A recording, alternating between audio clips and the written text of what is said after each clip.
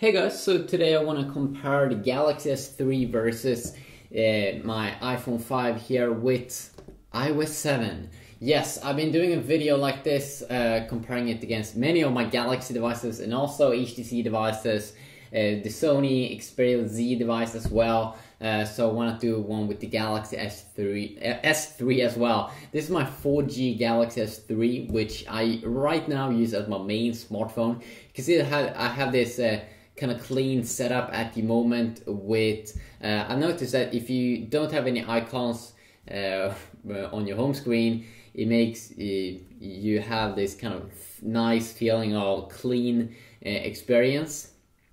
So if we start off here checking out the lock screen, you can see at I do have some quick access to some apps down at the bottom, and then you can see a nice quote here: you should do your work. Yeah, but you can launch on the lock screen. Of course, I'm not sure.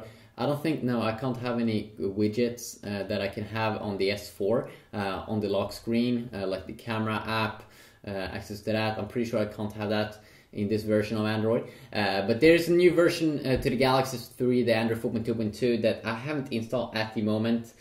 Which still kind of sucks, but it's my main phone, so that's why I haven't done so. But maybe I should.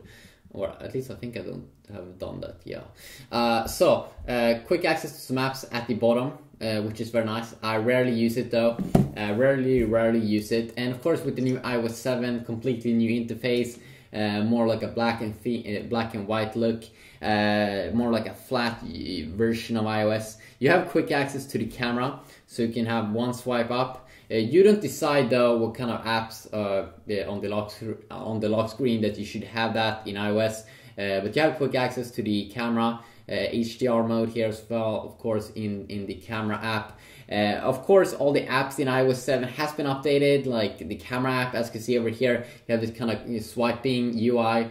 What did I just do?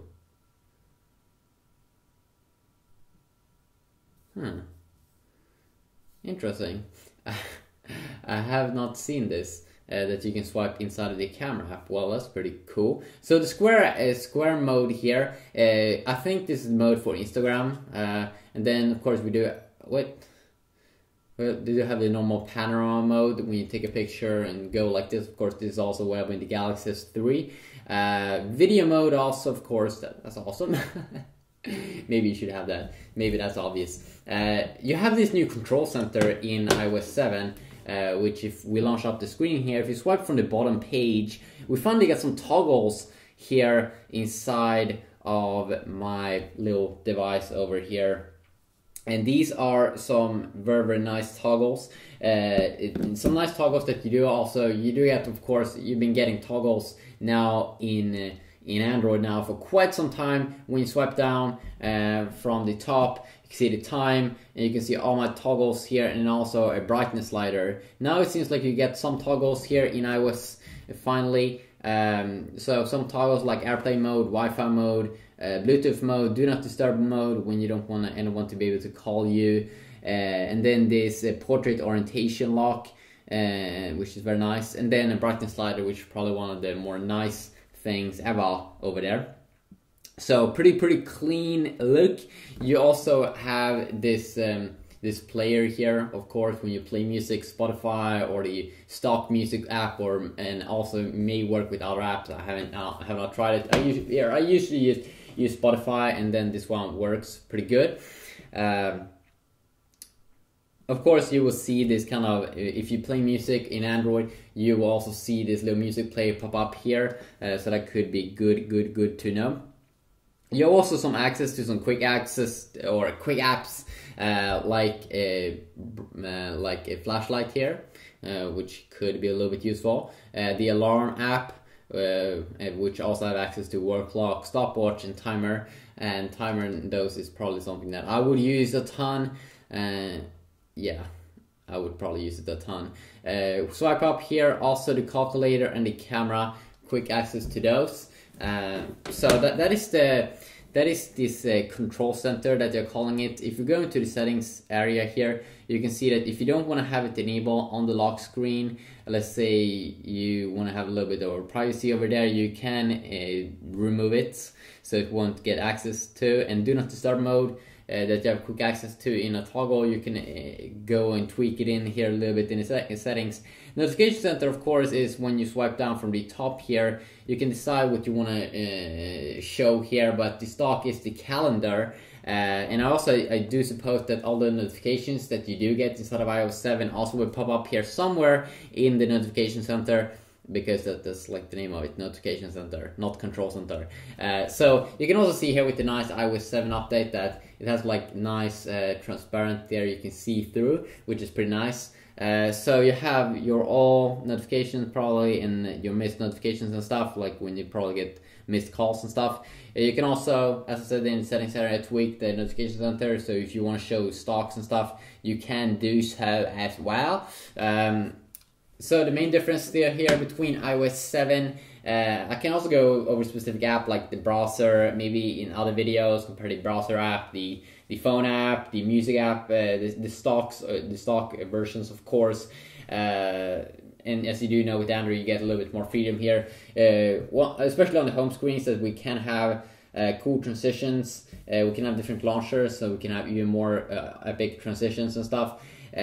Hopefully more of that will come also with iOS 7, like a jailbreak and stuff, so you can do that hopefully in future versions, and hopefully it will be a stable jailbreak so you can tweak it a little bit, because many of the earlier jailbreaks that I've tried has been a little bit unstable, so you could crash your device, and that is not super fun.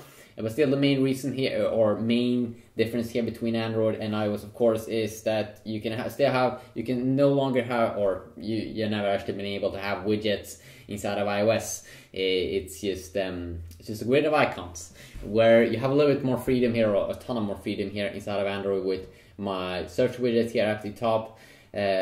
Also have a music play widget here. Even though I don't play music with my Android device, I never use it. You have another widget here, and of course you can add a ton of other widgets as well. No problem whatsoever with doing that. And if you just want to have a clean, fresh look here without any mess, without any icons or anything, you can perfectly do so. And I kind of like that kind of feeling of that kind of clean experience, actually, which is a big go for me. Of course, you can create apps. You can create apps on both these two devices. It's a little bit different here inside of iOS 7 compared to earlier versions of iOS.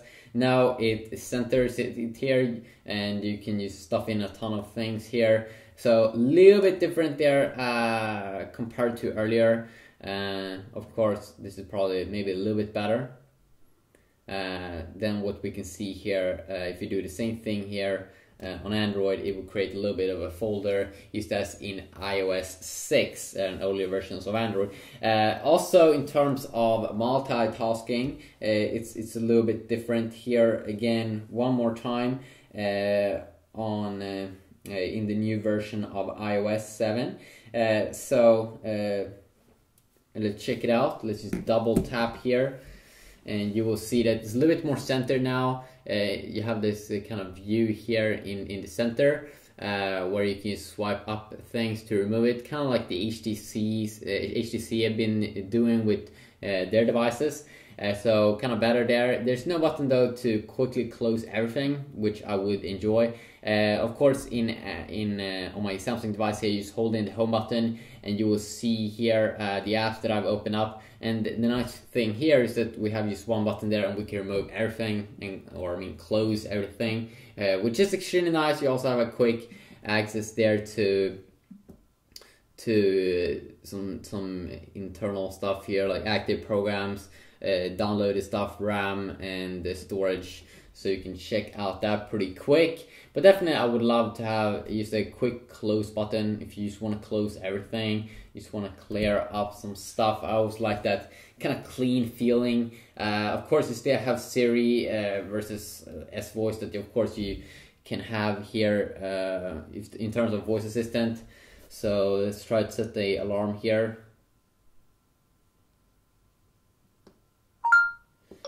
Set alarm at 5 p.m.